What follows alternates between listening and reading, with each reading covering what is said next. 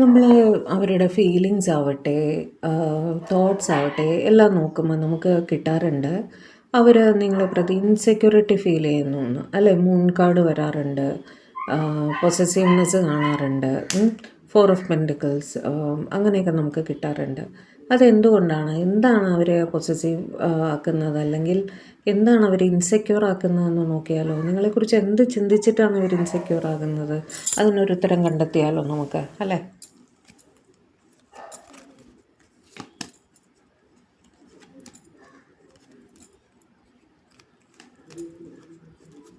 നോക്കാം. 5 കാർഡ് ഞാൻ എടുത്തിട്ടുള്ളൂ, കൂടുതൽ സമയം ഉണ്ടെങ്കിൽ അന്നേരം നോക്കാം കേട്ടോ.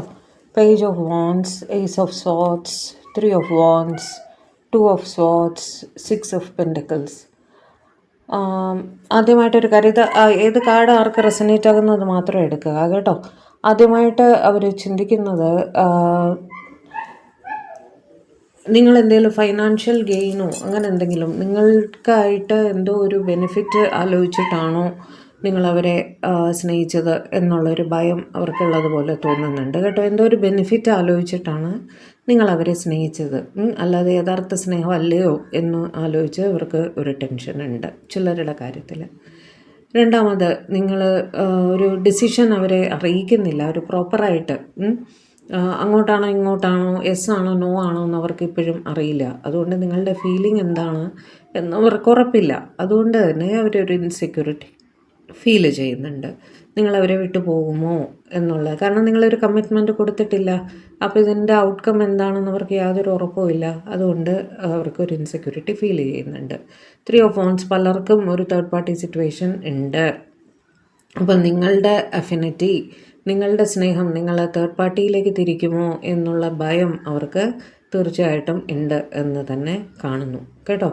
ഏസ് ഓഫ് സ്പോർട്സ് വെച്ചിട്ട് ഈ പറഞ്ഞ പോലെ നിങ്ങളുടെ റിലേഷൻഷിപ്പിലുള്ള റിയാലിറ്റി എന്താണ്, ഇത് സത്യത്തിൽ സ്നേഹമാണോ, നിങ്ങൾക്ക് അവരോട് യഥാർത്ഥത്തിൽ സ്നേഹമുണ്ടോ എന്നൊന്നും അവർക്കൊരു ക്ലാരിറ്റി കിട്ടിയിട്ടില്ല. ഒരു മെൻ്റൽ ക്ലാരിറ്റി ഇല്ലാത്ത ഒരവസ്ഥയിൽ കൂടെ അവർ പോയിക്കൊണ്ടിരിക്കുകയാണ്. ഓക്കെ, നിങ്ങൾ അതിനൊരു ക്ലാരിറ്റി നിങ്ങളുടെ പേഴ്സണ് കൊടുത്തിട്ടില്ലെങ്കിൽ ദയവായി ആ ക്ലാരിറ്റി ഉണ്ടാക്കി കൊടുക്കുക എന്നേ ഞാൻ പറയുള്ളൂ കേട്ടോ.